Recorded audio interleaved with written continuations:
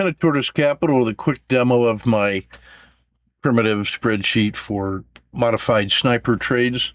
So I got about 60 symbols that I track. I'm going to clear the deck and reset, update all the prices.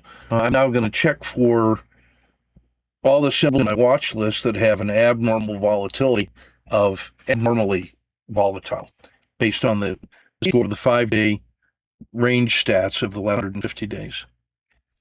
So there's only one. It's Johnson & Johnson. So I'm going to just copy that from my trade worksheet. And then I'm going to clear that again. Now I'm going to find ones that are abnormally quiet.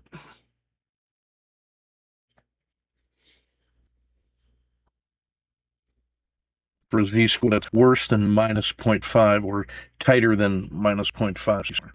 So these are abnormally quiet on a 5-day basis. There's going to be a lot of them.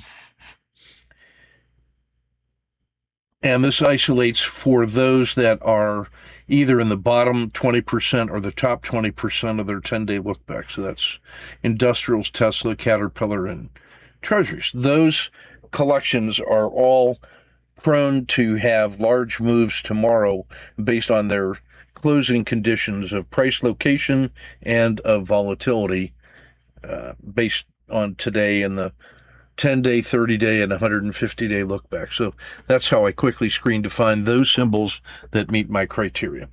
Tortoise Capital, keep your risk measured and powder dry. There's a lot more that we look at, but too much to cover in this short. Check us out.